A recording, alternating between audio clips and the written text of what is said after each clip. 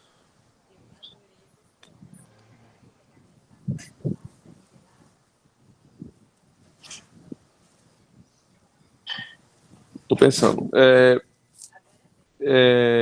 Eu acho que uma das opções é chutar novamente, certo? Aplica a falta e chuta de novo.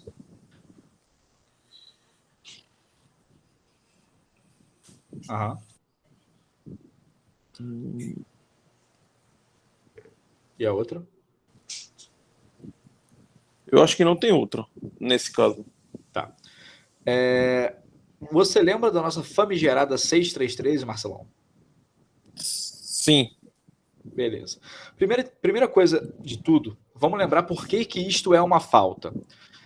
Antigamente, a regra falava que após um chute de scrimmage ser feito, ou seja, após valerem as regras de chute de scrimmage, você não podia mais bloquear abaixo da cintura, né? Na troca de porte de time e tal. Só que essa ênfase mudou tem pouco tempo, falando que durante uma jogada que tem um chute de scrimmage, ou seja, se você bloqueou abaixo da cintura e depois teve o chute e houve o chute, esse bloqueio abaixo da cintura vai ser falta. É proibido qualquer jogador bloquear abaixo da cintura. Então a gente tem uma falta por bloqueio abaixo da cintura atrás da zona neutra. Tá? Beleza.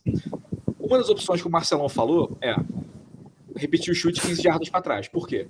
Porque essa foi uma falta pessoal atrás da zona neutra. E o ponto básico dessa jogada é o ponto anterior. Então, quando faltas pessoais acontecem atrás do ponto anterior, a gente aplica do ponto anterior.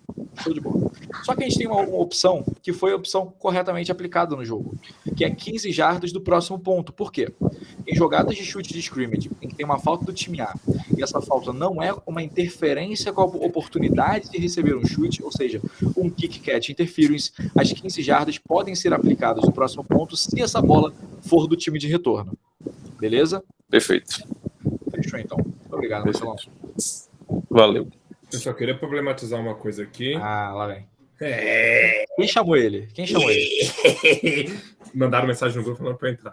E ligar a câmera ainda, só que não tem webcam, desculpa, Scoff. Assim, não faz diferença para o BBW, mas para mim ainda não é uma formação clara de chute scrimmage. Eu ia tocar nesse ponto. Seu ponto é bom, mas me fala seu ponto aí que... Tá, porque, primeiramente, os times brasileiros, eles geralmente, quando vão fazer uma formação de chute scrimmage, é uma formação que é claramente chute scrimmage, ou seja, geralmente os homens de linha estão mais abertos, você vai ter 2 gunners, você vai ter o shield e o cara a 10 jardas a mais. Eu acho que nessa jogada o possível passador ou possível chutador, não sei nem como chamar ele, acho que ele fica a 7 jardas. E aí, é igual você falou, ele tá numa formação shotgun com 3, ele tá com uma tríplice de um lado, tá com 3 servidores de um lado, dá alguns passos para trás para ganhar uma distância a mais, para ter uma possível formação de chute. Então, para mim, ainda não é claro que esse chute vai acontecer. Ainda mais com 3 possíveis recebedores. A gente incluiu isso no nossa conversa pré-jogo, tá? Tava no scouting da equipe e, inclusive, eu acho que foi conversado com os técnicos na conversa pré-jogo, porque a gente falou, a gente só coloca o QB e aí na hora do chute, o QB2, ele entra numa formação de scrimmage e a gente falou, bom, então tenhamos em mente de que aqui vão valer para o bem e para o mal, valeriam as regras de pré-snap. No caso, a gente aplicaria as regras de uma jogada de scrimmage. Então, por exemplo, o snapper não vai ser protegido, existe DPI, para o bem e para o mal valeriam as duas interpretações, sabe?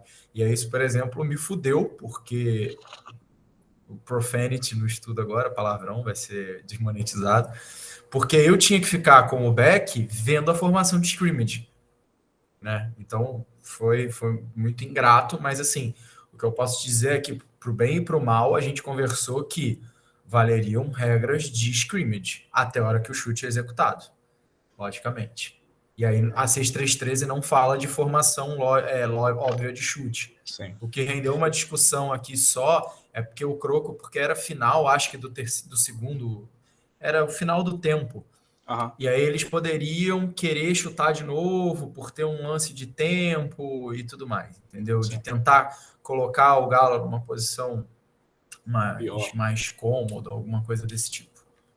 Sim, é o ponto. Eu acho que eu concordo com você, mas também é o ponto. Tem algumas coisas que você não precisa ter informação de chute de scrimmage para valer. Se o chute aconteceu ou não, assim como o caso do BBW. Independente, vamos falar, o possível punter podia estar 5 jardas da scrimmage. Se ele chuta e tem um bloqueio abaixo da cintura, ainda é falta. Perfeito.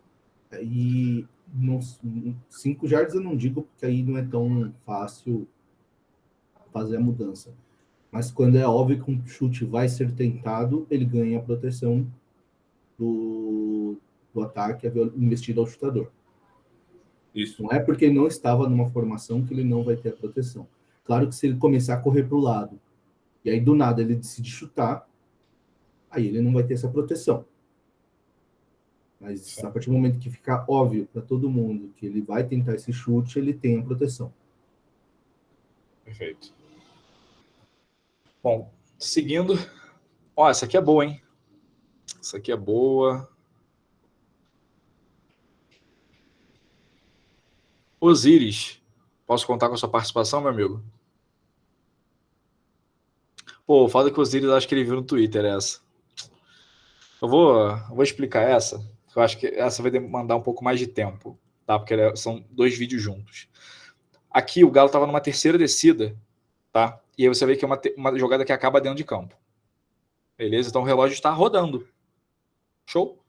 O relógio está rodando. E aí o Galo, ele vai, como ele está ganhando o jogo e ele quer gastar o relógio, ele vai deixar esse relógio chegar a 0, o relógio da jogada. Então a gente vai ter uma falta por atraso de jogo, tá? E aí essa falta por atraso de jogo, ela vai ser gerenciada 5 jardas do próximo ponto, né? Ou seja, de onde acabou a jogada. E aí, quarta descida. Não vamos conversar isso ainda, mas gostaria que o negocinho, uma laranja no chão, estivesse com os dias contados, porque ver ele sendo arrastado ou uma big play ter que voltar para pegar, acho que já está chegando a hora da gente dar esse próximo passo, tá? Beleza. E aí, olha o que vai acontecer. O Galo fez uma corrida e terminou dentro de campo. O relógio vai chegar a 0. Ou seja, running clock vai ser parado para completar uma penalidade, e quando tem pronta para jogo e running clock por causa da completar a penalidade, voltaria no pronto. Ou seja, o time acabou de ganhar mais um tempinho aí, né? Só que não. A regra fala o seguinte: quando está nos 2 minutos finais de um jogo, de um tempo, tá? E o time que está à frente do placar faz uma falta, a opção do time adversário pode voltar no snap, né? Então, imagina assim, falta 1 segundo para acabar o segundo quarto. Os caras falam assim, não, deixa acabar, é melhor. Então pode rolar.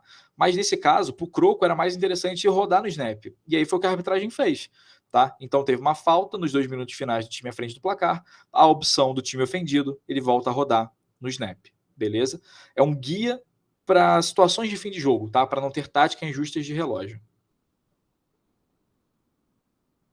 Tá? Você não vai jogar pro Osiris, então, você já respondeu. Não, o Osiris eu sei que ele viu no Twitter, eu acho que ele curtiu esse tweet. É foda. A gente não precisa nem perguntar, né? Aqui seria uma situação óbvia, então... Perfeito. Então, vamos pro próximo vídeo. O próximo vídeo... Tem alguns vídeos agora sobre mecânica e sobre relógio, que é bem interessante.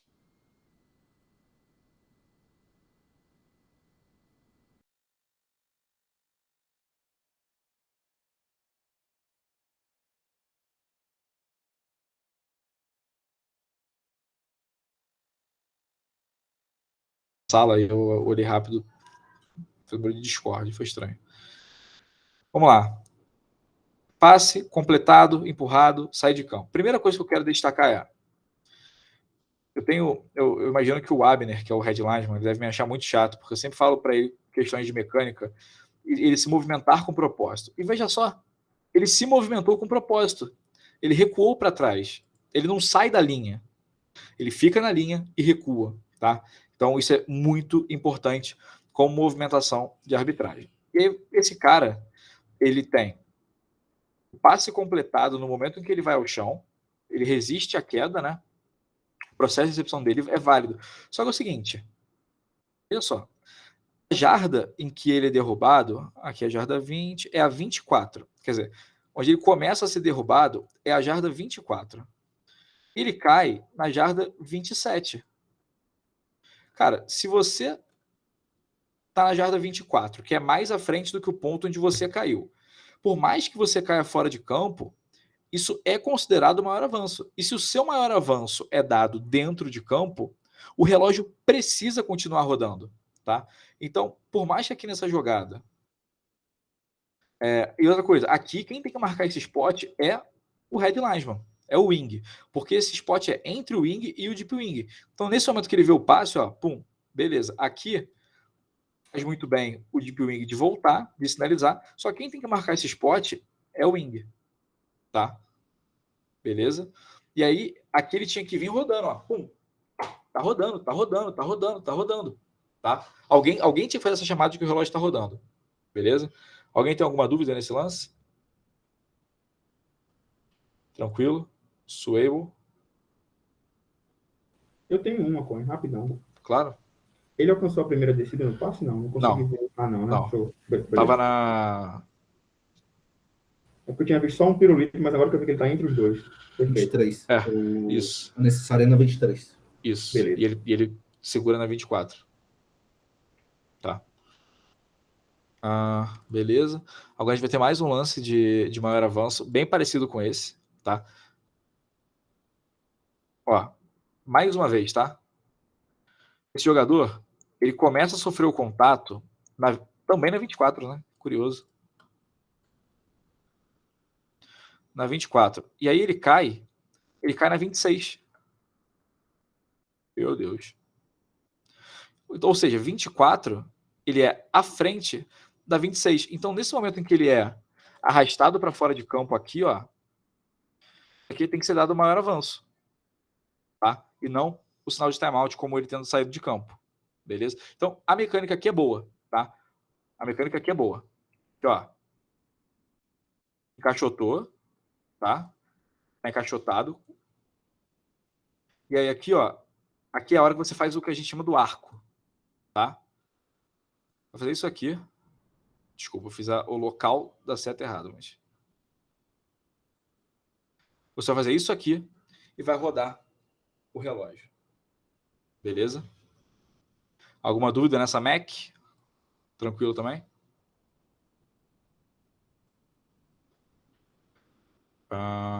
Beleza. Essa aqui também não tinha dado a primeira descida, então era para ser o relógio rodando mesmo. Show de bola. Essa aqui é top, hein? Osiris, agora sim, pode ser?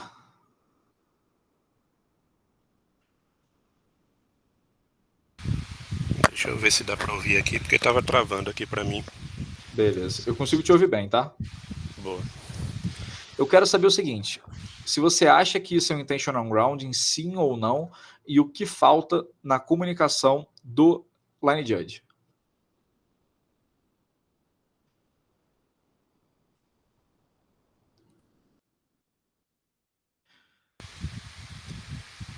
Rodar de novo. Eu não acho que foi intentional ground porque tinha um jogador próximo ali. Ele errou o arremesso e para mim ele não foi intentional ground. Perfeito. E aí o que você acha que falta nessa comunicação então para definir que isto não é um intentional grounding?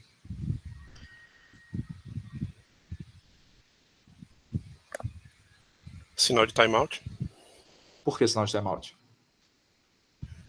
O relógio teve que parar, a bola saiu de campo, foi... Mas o sinal de incompleto já é o sinal de timeout. Sim, aquela questão da semana passada. Oi, Ber.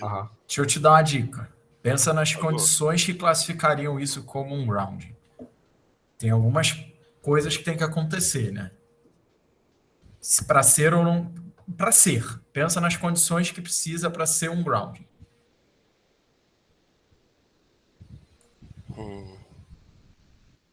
pocket. Ele tá dentro do pocket, ele não saiu. Isso. Tá na iminência de perda de jarda. Certo. E a bola teria que ter atravessado a linha de scrimmage. Show. Ela avançou, ela cruzou a zona neutra? Contrário. Para ser um intentional ground, ela não pode cruzar. Ela não teria atravessado. É isso que eu tô vendo aqui, se ela atravessou ou não. Aparentemente, sim. Perfeito. Atravessou. Então, beleza. Vamos supor, Osiris, igual você falou, tinha um cara na área. O que você faz quando tem um cara na área? Ah, sim, apontar para o jogador que estava na área. No caso, o Red só faltou isso, apontar para ele, mostrando para o referee que ali tinha alguém para receber a bola. Perfeito. E, cara, a questão aqui também pega muito é o seguinte, ele poderia ter apontado para o chão também, tá? Dizendo que esse passe cruzou zona neutra, mas o primeiro ponto é o seguinte, cara, eu não sei, às vezes as pessoas esquecem que o referee precisa de informação, tá? Não acho que é o caso, tá? Acho que foi só foi óbvio que não foi intentional ground, tá? No campo poderia parecer mais. Só que a questão aqui é a seguinte, eu como referee preciso de informações. Eu só vou ver o quarterback se livrando da bola, não vi onde a bola foi, não vi se tinha alguém na área. Eu preciso que alguém aponte para esse cara para me dizer, número 13 estava na área, número 13 estava na área. Se ele estava na área, passe incompleto, vamos para a quarta descida. Beleza? Então, isso é o que faltou. O referee precisa dessa informação. Se ele é um sinal suplementar, é porque ele precisa ser usado, porque essa informação adicional ela é importante para o referee. Porque se ele não vê esse sinal, ele fala, pô, peraí, o cara lançou a bola, se livrar, não tinha ninguém na área. Pô, intentional grounding, né? Então, eu preciso dessa informação para caracterizar que não foi um intentional grounding, beleza? Perfeito. Obrigado, Osiris. Vamos lá, mais uma jogada. Pô, essa foi top. Essa eu gostei. Só que é o seguinte. Vamos lá. A gente vai ter um carregador de bola que ele ameaça a lateral. Aqui, a mecânica do Red Legion é boa. Mas no momento em que ele recua, ele não está sendo ameaçado ainda. O que eu faria? Meu primeiro ímpeto é ir para trás. Porque aqui ainda é provável que um passe seja lançado. Só que quando ele guarda a bola, nesse momento, aí sim eu faço essa mecânica de ir ao backfield do time A para liberar. Só que é o seguinte, esse cara ele bate dentro de campo. Eu entendo que seja difícil para o Red Lineman ver, mas essa ajuda tem que vir do fundo. Tá? Essa ajuda tem que vir do fundo ou do umpire. O umpire tem essa visão aqui. Tá? Então, aqui... E aí, eu não gostaria de, por exemplo, ver o umpire rodando o relógio. Eu gostaria que ele fosse até o red line e falasse, cara, ele bateu dentro de campo, roda o relógio aí. Tá? Porque isso vai dar uma diferença muito pouca, de segundos. Tá? Então, é tranquilo de fazer essa mecânica. Tá?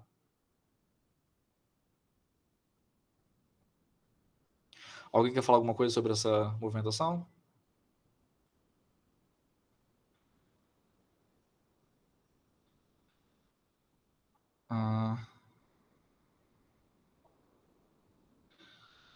Beleza. Rapidinho, Coen. Essa situação que você mostrou, aquelas duas de máximo avanço, todas elas seriam com o relógio rodando. E todas foram dadas sinal de timeout. Sim. Certo. Beleza. B, vou deixar essa para você, porque tem aqui um pouco de two-step process. Pode ser? Pode sim. Vai ter lá no topo do vídeo. Não sei se você já se recorda dela, só de olhar.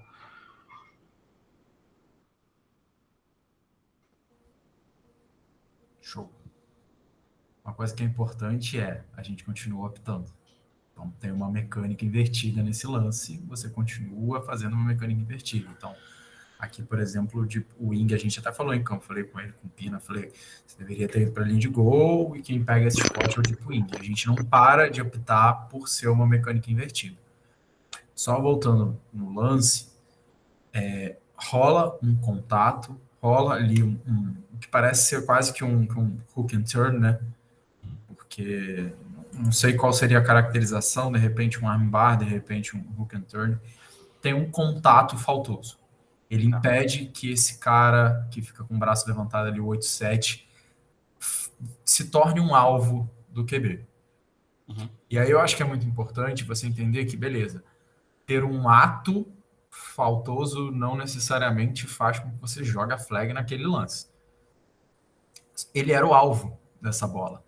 Mas não dá para dizer que foi esse contato que fez uma interferência com a oportunidade de receber um passe. Para ele, esse passe é não recepcionável. Ele está muito longe de onde o passe é feito. Mas isso não invalida que esse contato tirou ele como uma opção. Então, isso é uma segurada defensiva. A gente aplicou 10 jardas do ponto anterior, com uma primeira descida automática, porque ela é além da zona neutra. E volta a essa coisa do two-step process. Eu acho que é entender que se um ato faltoso faz com que o cara deixe de ser um alvo, é esse tipo de jogada que a gente quer marcar um holding defensivo. Sabe? Porque senão, se você fosse pensar, era muito fácil jogar como defensive back. Você chegava na linha, você ficava agarrando o cara na linha, ninguém seria uma opção de passe, não teria interferência.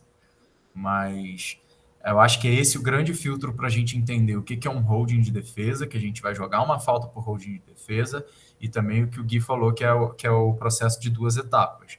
Você acha a falta e você acha a bola. E aí, chamada muito boa do Jimmy aqui também. E você continua apitando. Sim.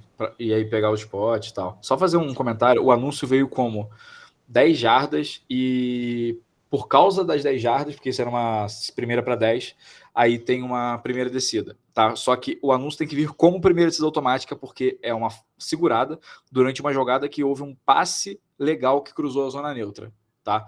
Ano que vem essa questão aí acaba para ficar tudo mais fácil, mas deixa para o ano que vem. Beleza? Tem o som aí, Coenzão? Cara, deixa eu ver aqui, ó. Que spoiler? Eu acho que essa vai vir. Do término da partida. Mas... Nada. Então por que você falou, cara? Se vai vir. Não, eu acho que vai vir. Né, com então, o ninguém vai mais adaptar jogo. Mas vamos ver o que foi essa falta, né? Porque, mais uma vez, se for uma falta contra o Galo, vai anular tudo que aconteceu. Verdade. Vamos ver ali o posicionamento da arbitragem com o Felipe Oliveira como referee. Holding. Defesa número 4, 10 jardas. Penalidade resulta em first down. Tá vendo? Penalidade resulta em first down. Tá? Então, teria segurada, defesa número... Eu acho que outra coisa que pode ter aí é falar antes do passe ser lançado, né? Boa.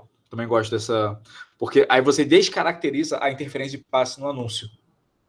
Porque a segurada, se for durante o passe, é uma interferência, né? Então, ou enquanto o quarterback tinha a bola na mão, segurada, defesa, número tal, 10 jardas de penalidade, primeira descida automática, tá? Acho que é bem possível. Gostei do seu ponto. Tá dentro dos 32% de ideias boas, né? Agora se prepara para o 70. O que vem agora, hein? O que vem agora? Bom, vamos para a próxima. As próximas duas vão ser... Acho que tinha que tirar. Ser mecânica de 1. Bom, aqui teve um lance de maior avanço e aqui foi... Não concordo, Coenzão. Não concordo. Ó. Olha onde é o ponto. É uma jarda atrás da linha cheia, né? E um spot muito bom sendo marcado. 1 jarda atrás da linha cheia, era uma segunda para 2, deu uma primeira para 10. Excelente spot. Eu acho que é isso muito que a gente espera da arbitragem em relação a spots de maior avanço. Bom que meu PC travou na hora e apareceu que foi câmera lenta, tá ligado? Mas não foi. Opa! Essa aqui é top, hein? Exposed do backjudging, galera. Ó. Vamos lá. Primeira coisa, cara, a gente tinha falado sobre concessões, e aqui era primeiro quarto e tal. O Galo está numa formação legal. Que a gente tem 1, 2, 3, 4, 5 jogadores no backfield. Todos de acordo com essa leitura? Acho que sim, né? Beleza. Nessa hora, cara, é a hora que você como Red Linesman viu, você como line judge viu, chega assim, coach, o cara que era para ser o seu right tackle, ele está numa formação em V, e ele está na linha de cintura do guarda, ele tem que estar na linha de cintura do cara que faz o snap, tá bom? Dá esse toque lá na galera, por favor. Show de bola, a gente deixa passar a arbitragem preventiva sempre, hein, galera? Beleza, então. A gente vai ter o punch, tá? Aí a gente tem um punch, a gente tem um pedido de fair catch, a gente acaba só pegando o finalzinho desse pedido de fair catch do retornador, tá? Ó, ele fez o sinal, ele sofre o muff, e aí, nesse momento, um outro jogador do Croco pega e começa a retornar. Nesse momento, tá? A gente vai ter uma... A gente deveria ter a bola morta no ponto da recuperação, tá? Por quê? Quando um jogador faz um sinal legal ou ilegal de fair catch e depois tem uma recepção, que é quando ele agarra a bola direto, ou uma recuperação, que é quando a bola toca o chão, essa bola tem que ser morta no ponto da recuperação, tá? Então não deveria ter tido o avanço e deveria ter sido a bola morta no ponto do fair catch. E aí você vê, isso é uma questão tão complicada, tão difícil, que passou batido por mim na hora. Eu estava conversando com o Sakai e com o Pedro no WhatsApp, ninguém se tocou disso, e aí na hora que eu estava revendo o jogo, ué, tem um sinalzinho de fair catch? Que loucura, hein? Mas foi... Eu fiz o sinal de toque, né? Mas meus punts foram terríveis nesse jogo, todos eles. Mas o que eu faço é aquele sinal do toque para mostrar que a bola foi tocada e agora ela pode ser recuperada pelo time A. Uhum. E foi tão cãibra mental que não tem nenhuma beanbag, por exemplo, quando o outro jogador pega aqui o ponto. Então eu não peguei o ponto final de início da corrida, no caso, né? Então, assim, foram 2 erros. Teve um outro retorno que eu desencaixoto a jogada. Eu espero que você não tenha cortado. Porque eu não sei se eu cortei isso. Esse foi... Tem o Golden Mechanics, esse foi o anti-Golden. Bad One Mechanics. Aqui a gente vai ter uma mecânica de perda de jardas, tá? A gente tá chegando no final, amigos. Chegando no final. É o seguinte, vai ter um sec, tá? E, cara, a gente já falou 1000 vezes sobre isso. Cara, o spot, né, esse maior avanço, numa perda de jardas, ele precisa ser 100% preciso, mas ele precisa ser feito, tá? E o meu ponto é o seguinte, tá? Eu gosto da mecânica do referee e do center, de ir até a jogada ali, meio que pra, ó, galera, acabou, tá? Então, beleza. Acaba tendo um pouco da marcação do maior avanço, mas o Eiras, como center judge, ele fez exatamente o que a gente tinha falado, né? Ó, vai lá, na ação no QB, beleza. Só que, assim, vocês sabem que Guilherme Cohen com o wing, o pai é insuportável, né? Olha o detalhe que eu peguei e que me tirou a alma nesse segundo. Veja só. O Red Legion, ele começa a recuar, beleza, só que, ó, nesse momento ele vira, ele deixa de marcar o spot, ele tá recuando, deixa de marcar o spot para chamar o pirulito, para falar com o pirulito. Cara, uma coisa de cada vez. Recuei, marquei meu spot. Como isso era uma segunda descida e vai virar uma terceira descida, tranquilidade, a bola vai ser reposta. Marquei o spot, pirulito, pode vir. Mas não deixa, não precisa cortar o processo. Começar a chamar o pirulito enquanto você recua para depois você marcar o spot. Beleza? Então, beleza. Você vê que ele vai até passar do ponto do spot, olha lá. Isso eu ia falar, que uma coisa que a gente... Que isso, normalmente, quando você apita pela primeira vez com outro wing, é até um pouco difícil. Mas quando você tem essa prática, é a questão de negociar o spot. O line judge acertou o spot, só que assim, o ponto ali não é questão só de acertar. É acertar, passa a mensagem pro outro wing, tudo bem, que o outro wing não estava olhando para ele, então ele não tinha muito o que fazer. Mas passa a mensagem, tipo, aqui é o spot, tipo, aquela troca de olhar só, tipo, é aqui, né? Os dois confirmarem e os dois entram em campo. Sim. Né? Porque senão fica a chamada dele e o headlines fica lá flutuando, vamos dizer assim. E aí dá uma impressão de falta de sintonia. Tem uma coisa que eu não curto muito, e eu tenho visto alguns wings fazendo, que é fazer backpedal. Por exemplo, essa movimentação de recuar de costas, cara, eu não acho que ela seja positiva, sabe? Eu gosto muito mais dessa movimentação aqui que o line judge vai fazer, que ele vai correr de frente e vai entrar no spot, ou você faz o que a gente chama de shuffle, né? Que você lateralmente ir se movimentando. Porque se você vai de costas, cara, você vai ter que olhar por cima do teu ombro, caso esteja para cá a jogada, você vai ter que olhar por cima do teu ombro a jogada, sendo que você pode lateralmente ter essa visão da jogada de frente e ser muito mais confortável para você, tá? Então tomar um pouco de cuidado também com esse tipo de movimentação. Porra, cara, o corista, que ele tá falando que não pode ir de costas, tem que ir de frente. Sim, felizmente. Esse Guilherme corre. Deixa eu ver qual é o próximo vídeo. Foi da mecânica do false start, acho que agora é o último vídeo, que é o incompleto. Que vídeo é esse? Que vídeo é esse? Pô, meus amigos NCAzers vão lembrar que há umas 2, 3 semanas a gente teve um vídeo exatamente assim do Steve Shaw, caracterizando isso como um passe. Peraí. Desde aquela semana teve um vídeo de um lance assim em todos os vídeos do Steve Shaw. Os últimos 3 vídeos do Steve Shaw teve pelo menos um lance disso, tá? Então semana tem pelo menos um vídeo do Brasil com isso. Eu não vou falar que teve isso no jogo do Pedro Barros. Eu não vou falar. Não vou me comprometer a falar isso aqui no vídeo, tá? Não vou falar que teve isso no jogo do Pedro. E aí? Você cortou a parte do desespero? Do Pedro? Não, desse lance aqui, porque... Tá, calma. Não, eu vou... Rola uma beanbag, e aí eu vejo a beanbag, eu não sei se é o Eras também. Eu não reparei, Quando eu vejo... Eu venho desesperado, fazendo sinal de completo. Aí veio mais alguém fazendo também. O Abner fez também, foi muito bom. Aquilo é uma beanbag ou é um... não, uma toalha. Tá. Uma toalha. Mas tem uma beanbag. A marcação de campo, ó, o umpire joga e mais alguém joga. Sim, Mas, cara, isso é muito passo para frente, né? Lembrando que passo para frente é você soltar a bola intencionalmente para frente. E é o que acontece, né? Por exemplo, o QB agarra a bola e ele tem uma ação comum ao jogo.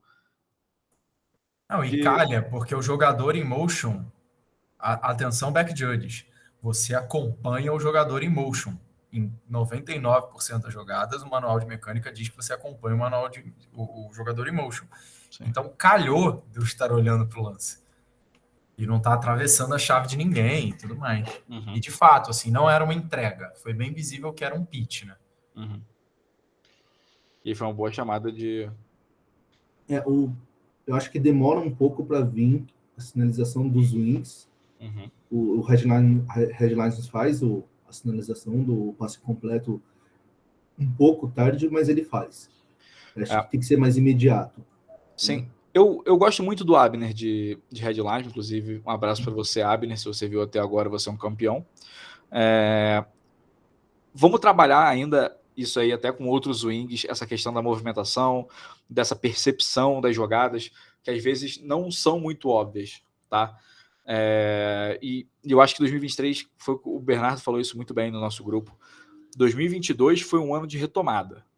2023 é um ano, eu não vou usar a palavra consagração, mas é um ano de confirmação da arbitragem, sabe? O termo que eu tinha usado era uniformidade, né? Para que a gente possa caminhar. Esse foi um ano, até pelos vídeos, eu acho que a gente evoluiu muito como arbitragem, como um todo. Todos os estados, 2023 pode ser um ano da gente caminhar para uma uniformização. E por uniformização eu digo que filosofias a gente consiga aplicar num geral e que acabe aquela coisa do cara, o cara veio de Brasília para jogar no Espírito Santo e ele fala, mais lá em Brasília é assim, e que a gente fala, não, a gente é uma arbitragem como um todo, né? A gente tem literalmente pessoas no nosso grupo das todas as regiões brasileiras, então acho que não tem por que a gente não caminhar para essa uniformização. Uhum. Perfeito. Só para fechar, galera, esse foi o nosso último estudo de 2022 e eu queria muito agradecer a todo mundo que participou disso, porque é um trabalho que começou lá em março de 2020, de uma forma mais informal. A galera, assim, o pessoal que não conseguia, porque a gente fazia o estudo de madrugada, e falava, tem como gravar para ver depois e tal, e a gente começou a gravar. E aí você vê uma galera que não estava lá no começo, né? A primeira formação do estudo era eu, Marcos, Gianni, Renan, Mono, entrou no comecinho também. E hoje a gente tem uma galera que veio agregando, e a gente tem uma comunidade muito forte hoje em relação à arbitragem por causa dessas pessoas, sabe? Todo mundo com algum ponto de liderança na sua região ou com alguma busca de evolução, tá? Então, eu acho que isso é muito importante. Eu não vou alongar muito, porque a gente ainda tem a prova de fogo do Doug com as questões dos pontos de aplicação, mas eu acho que a gente está no caminho certo. A galera que estudou muito em 2022, que estude mais em 2023, cara, faz teste de regra. O Scofano era o maior hater de teste de regra. Quando ele viu que teste de regra mudava a vida dele, ele deixou de ser hater de teste de regra. Então, assim, tem pasta cheia de coisa, então vamos meter bala e vamos para cima, que 2023 vai ser bem melhor do que 2022. Fechou? Agora tem que aprender a parar a gravação, né? Aprendi.